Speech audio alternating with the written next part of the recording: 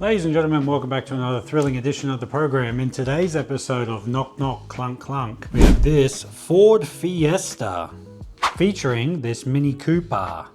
Backstory on this car: customer contacted me and said, "Hey Andrew, I saw you on YouTube. Hey Andrew, I like what you do. Can you please come over and help me with my vehicle?" Not a problem at all. What did you need? He then tells me he needs a couple of sway bars up the front, brake fluid flush on both of these cars.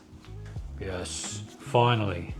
A straightforward, laid back, easy job, I hope. So I'm going to take you through it, show you what the difference between a good sway bar link and a bad one is. This is a very easy job, very straightforward job, not crazy kind of job. So let's get into it. Now his main complaint was when he was turning, when he was going over a speed bump, he was getting this clunking and knocking sound. Here's what we're looking at in the wheel well. We got a new shocky here, which is a very good choice. Brakes, everything else is good, but we are concerned about this, the sway bar link. Now I have already done the other side and that was the problem side. I'm going to show you what the difference between a good sway bar link and a bad one is. Here is the bad one that I took out of the other side. This side is nowhere near as bad as this, but you replace these in pairs to avoid any issues in the future. This is kind of the old versus new look, but it's not just the look we're talking about. This here is solid as it gets. No play, no clunking, no knocking, no problems. One other concern I did let the customer know about is this tie rod end. It is so chunky in there and quite loose. You can probably even hear it. With this sway bar, funny enough, ain't so bad on this side. If you're lucky, you can just kind of zip these off with an impact gun or impact wrench. But a lot of the times they'll actually spin inside the ball joint setup. Hey, I'll take that. That was easy as. But a lot of the time they won't do that. There are a few ways you can actually get them out if they do spin in that ball joint system. You can see you can chuck an Allen key in here. You can chuck like a T30 bit in here as well if you want to hold it and then stop this from spinning and actually take the nut off the back. Or what you can do is you can clamp some vice grips on it, especially if you're not going to be using it again, and then you can actually ratchet it out, which I'll probably have to do on the bottom one if I can't get it to spin freely like the top one. Ain't sponsored, but this gear wrench is sweet. I don't think it's spinning. We'll give this a shot. If it does, well, we'll try the vice grips.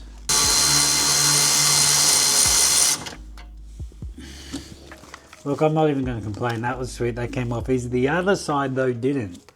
Just a little note. Something you want to keep track of when you are working on cars is these were two different nuts holding this sway bar link on. Why is that? Who knows? This is the factory nut, though. How do I know this? Because the other side had two of these on. Where this, you don't really just want an open-ended nut like this on it because vibrations, shaking will loosen off in time. Little pry bar in there. Push that out. Like so. Even had this washer on it, which was on the wrong side. What actual brand are we going to be replacing this with? He didn't go a factory replacement.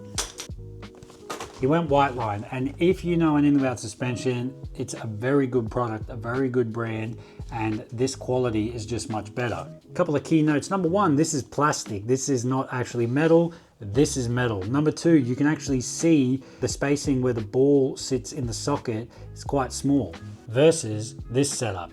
Much more grease, much more room for it to move around before bottoming out and actually destroying the socket.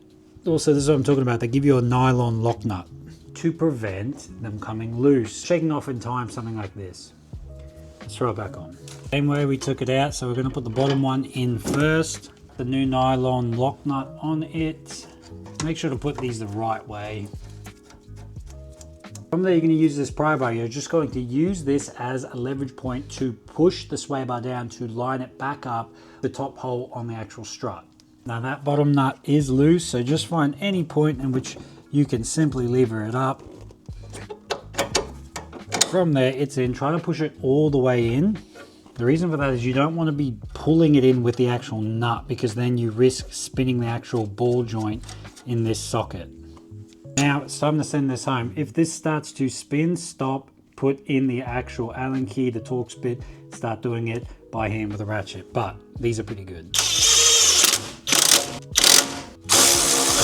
Quickly just go over everything with an actual ratchet so you can feel how tight it is. That feels pretty good. That feels very good. Got lucky there. Normally I struggle, and I know you people like to watch me struggle, but that was straightforward. Let's flush these brakes now, and from there we'll go on to the other car. Same thing, go for a spin, job done. But you don't need to test it when it's this dirty, needing to be changed. Because of how dirty this brake fluid is, what I'm going to do is I'm going to actually pull a bunch of it out with this syringe and then top it back up with some fresh brake fluid, then chuck the pressure bleeder on it. Yikes, very dirty. Customer supplied this brake fluid to go in. I have more in my vehicle because this probably won't be enough, but let's fill this up. Pressure bleeder time. Take this cap, chuck it on here. If this doesn't work, I got a plan B and C. Pressure bleeder cap won't fit properly. We're going to plan B. I'm not going to show you my plan B just yet because I am going to start advertising this plan B thing. But don't worry about that because this will do the job perfectly. It is the best one-man bleeder, bar none, you'll be able to buy. So keep an ear out. They'll be here soon. A drum at the back, so not much fluid will actually be in the rear wheel cylinder. So I put this tool on it, 3 to 4 pumps per side, done. All right, come here. The reason I haven't advertised or revealed it yet is because I'm doing extensive testing on it. Because as you guys know, if I sell something, it is guaranteed. Furthest wheel from the master cylinder, you're going to pump this 3 to 4 times. Now you do have to keep an eye on the master cylinder, but that ain't too big of a deal. Going down quite a bit, let's go to the next wheel. All right, so we can do it on the fronts now, make it nice and quick. Quick point when using this new thing I'm going to be selling, turn the car on every now and then because then the booster will get some vacuum back into it, so it makes it easier to push the pedal. You don't have to though, but you can if you want to.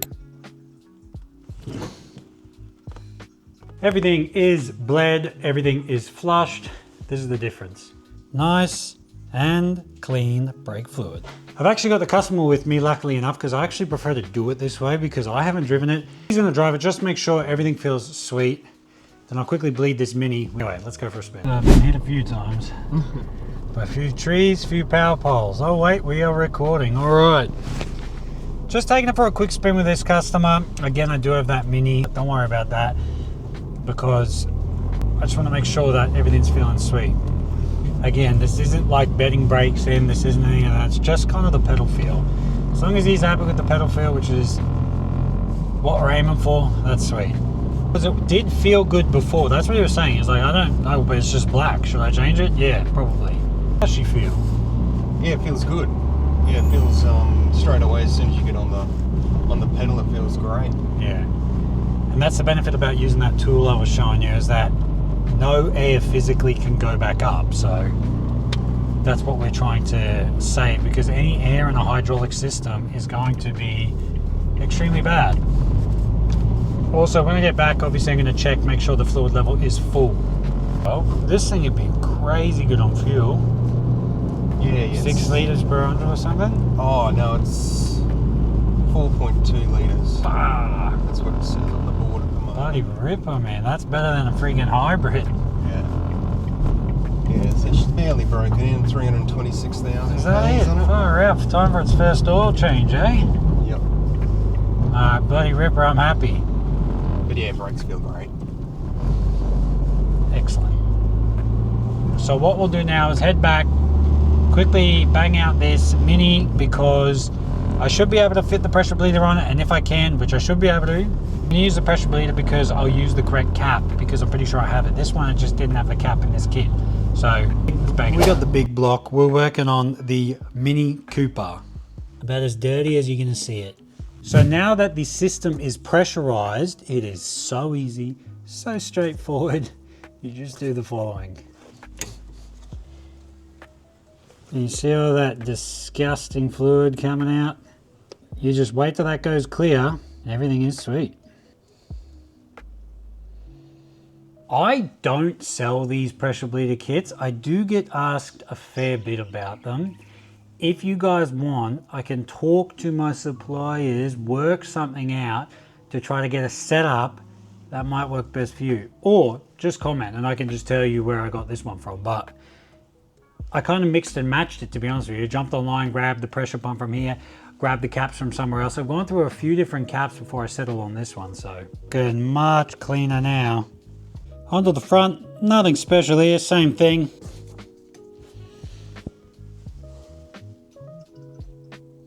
Now obviously with this pressure bleeder you want to make sure it doesn't run out, because then you're going to get air through the system and it's going to be a nightmare, but I put enough in. If you have them, chuck on these dust covers as well, because these bleed nipples tend to get blocked a lot if you don't have these on, so make sure to put it on. With that done, just depressurize the system. Scale of 1 to 10, gentlemen. How much cleaner is this? Oh yeah. 10 out of 10, but we're gonna go for a spin, because anytime you touch the braking system, you have to take it for a test drive, so then you can check if there's any issues coming up. But clean up test drive. So we're in the cockpit, everyone's favorite word. This is super spacious with all these windows everywhere. Yeah, you can Just being, yeah. Time for a spin, the usual, testing everything out, making sure the customer's happy. This is take 2 in the Mini, so that pressure bleeder works wonders, so we're going to be shocked if there's anything wrong. Oy, oh. brakes are good. Brakes are good. That's a good sign. If the pedal goes to the floor, bad. If the pedal doesn't, good. How's it feel compared to before? Same, different, better, worse? The brakes are certainly better on this. Yeah, you can tell these are good brakes. But yeah, the Ford stock's great as well. Yeah, there's no issues with the Ford. Beautiful. That's what I like to hear. It's exactly the plan. Yeah, great work. 10 out of 10. Thank you so much. Thanks, man. It's cool that he found me on YouTube, by the way, so don't be shy. Shoot me a text. I am becoming a bit of a superstar, so, you know, there's a bit of a line. Nah, I'm talking shit. Message me anytime. We'll work it out. Oops. Just got back to the house. We're going to end this video with final thoughts from the customer. He found me on YouTube. What do you reckon, Mr. Customer? Happy, sad, was you using me again? Yeah, great work. But you already knew that. Alright guys, thank you so much for watching. Like, share, subscribe, check out the other stuff. If you want to get in contact with me, hit up this Facebook page here. If you want to email me down below. If you want to buy something from the store, check out the store. I sell some cool stuff. And if you want to become a channel member, sign up. It really helps me out. But anyway, no worries guys. Thank you so much for watching, and I'll see you in the next one. Peace.